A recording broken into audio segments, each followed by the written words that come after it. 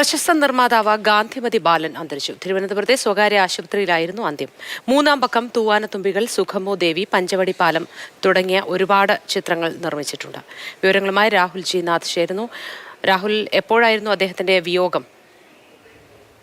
ഇന്ന് രാവിലെയാണ് വിയോഗമുണ്ടായത്. അസുഖബാധിതനായ അദ്ദേഹം തിരുവനന്തപുരത്തെ സ്വകാര്യ ആശുപത്രിയിൽ ചികിത്സയിലായിരുന്നു.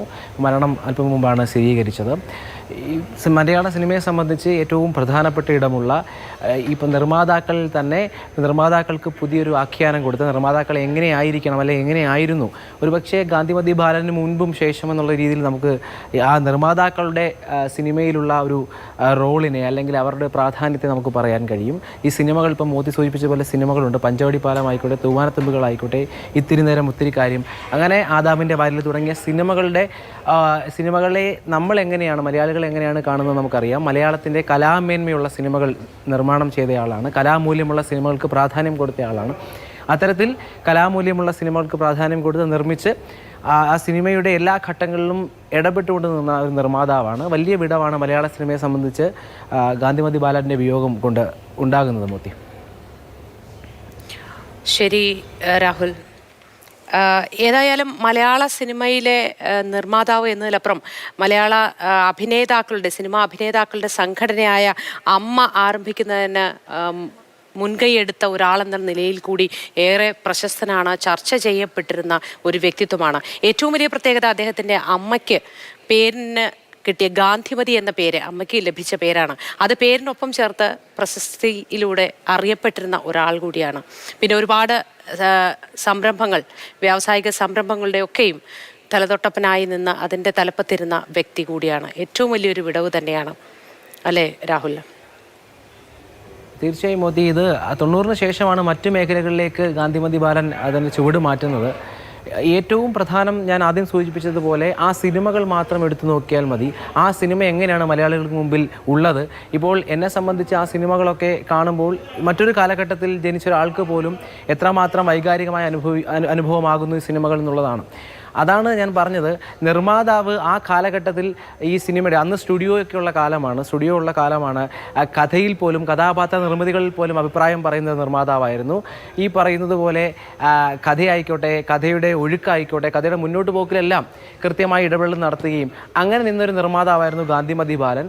അത് കൃത്യമായി സംവിധായകരും പറയുന്നുണ്ട്. നിരവധി സംവിധായകരുടെ കൂടെ, ഇപ്പോൾ ജോഷി ആയിക്കോട്ടെ, ബാലേന്ദ്ര മേനോൻ ആയിക്കോട്ടെ, അത്തരത്തിൽ പത്മരാജൻ തുടങ്ങിയ പ്രമുഖരായ സംവിധായകരുമായി അടുത്ത ബന്ധം സൂക്ഷിക്കുകയും സിനിമയുടെ ഓരോ ഘട്ടത്തിലും തുടക്കം മുതൽ ഒടുക്കം വരെ അതിൻ്റെ സർവ്വ മേഖലകളിലും കാര്യങ്ങൾ ഇടപെടുകയും ചെയ്ത നിർമ്മാതാവായിരുന്നു. 90-കൾക്ക് ശേഷം ഈ താരങ്ങളിലേക്ക് ചുരുങ്ങിയ മലയാള സിനിമ, അതായത് താരങ്ങളിലേക്ക് മാത്രം മലയാള സിനിമ ചുരുങ്ങിയപ്പോൾ ആ നിർമ്മാതാവിൻ്റെ ഈ പ്രാധാന്യം, അല്ലെങ്കിൽ നിർമ്മാതാവിന് പ്രാധാന്യം കുറയുന്നതും തിരിച്ചറിഞ്ഞുകൊണ്ട് അദ്ദേഹം ഈ മേഖല വിട്ട ഒരു നിർമ്മാതാവാണ്. അങ്ങനെയാണ് അദ്ദേഹം ഈ സിനിമയുമായി ബന്ധപ്പെട്ട ബന്ധം ഉപേക്ഷിക്കുന്നത്. ആ 90-ൽ ബന്ധം ഉപേക്ഷിച്ചെങ്കിൽ പോലും ഇപ്പോഴും ഗാന്ധിമതി ബാലനെ നമ്മൾ ഓർക്കുന്നെങ്കിൽ അദ്ദേഹത്തിൻ്റെ സിനിമകൾ കൊണ്ടാണ്. പഞ്ചവടിപ്പാലം ആയിക്കോട്ടെ, തൂവാനത്തുമ്പികളായിക്കോട്ടെ, ആദാമിൻ്റെ വാരിയിലായിക്കോട്ടെ, അങ്ങനെ നിരവധി സിനിമകളിലൂടെ നമ്മൾ ഓർക്കുന്നു എന്ന് പറയുന്നത് അദ്ദേഹം ഉണ്ടാക്കി വെച്ച നിർമ്മാതാവിന് എത്രമാത്രം പ്രാധാന്യം ഒരു സിനിമയിലാകാം എന്നുള്ള ആ ഒരു വസ്തുത തന്നെയാണ്. മാത്രമല്ല, പത്മരാജൻ എന്ന വിഖ്യാത സംവിധായകനൊപ്പമാണ് ഏറ്റവും കൂടുതൽ പ്രവർത്തിച്ചതും. അദ്ദേഹത്തിന്റെ ആ ആകസ്മിക വിയോഗത്തോടു കൂടിയാണ് അദ്ദേഹം സിനിമയിൽ നിന്ന് വിട്ടുനിന്നത്, ഗാന്ധിമതി ബാലൻ സിനിമയിൽ നിന്നും മാറി നിൽക്കുന്നതും.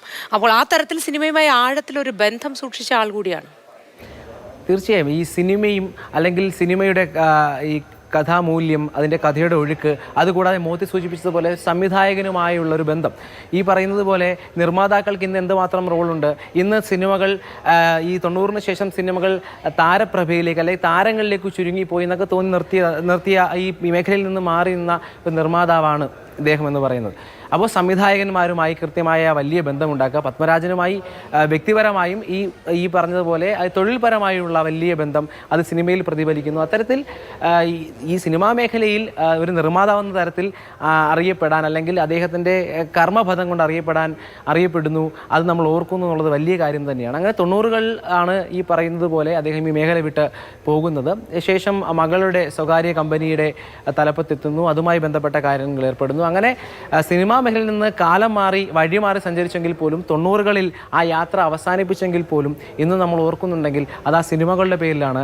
അതിൽ നിർമ്മാതാവ് എന്ന് പറയുന്ന ഒരു വ്യക്തി, നിർമ്മാതാവിന് എത്രമാത്രം പ്രാധാന്യമുണ്ടെന്ന് അദ്ദേഹം തെളിയിച്ചു. മാത്രമല്ല രാഹുൽ, എടുത്തു പറയേണ്ട മറ്റൊരു കാര്യം, വാണിജ്യ സിനിമകൾ എന്ന ഒരു ലക്ഷ്യത്തിൽ മാത്രമല്ലാതെ കലാമൂല്യമുള്ള സിനിമകൾ നിർമ്മിച്ച് കലാപരമായ ഒരു ഔന്നത്യത്തിലേക്ക് നീങ്ങുന്ന ഒരു പ്രവണതയാണ് നമ്മൾ അദ്ദേഹത്തിന്റെ സിനിമകളിലൊക്കെ കണ്ടിട്ടുള്ളത്.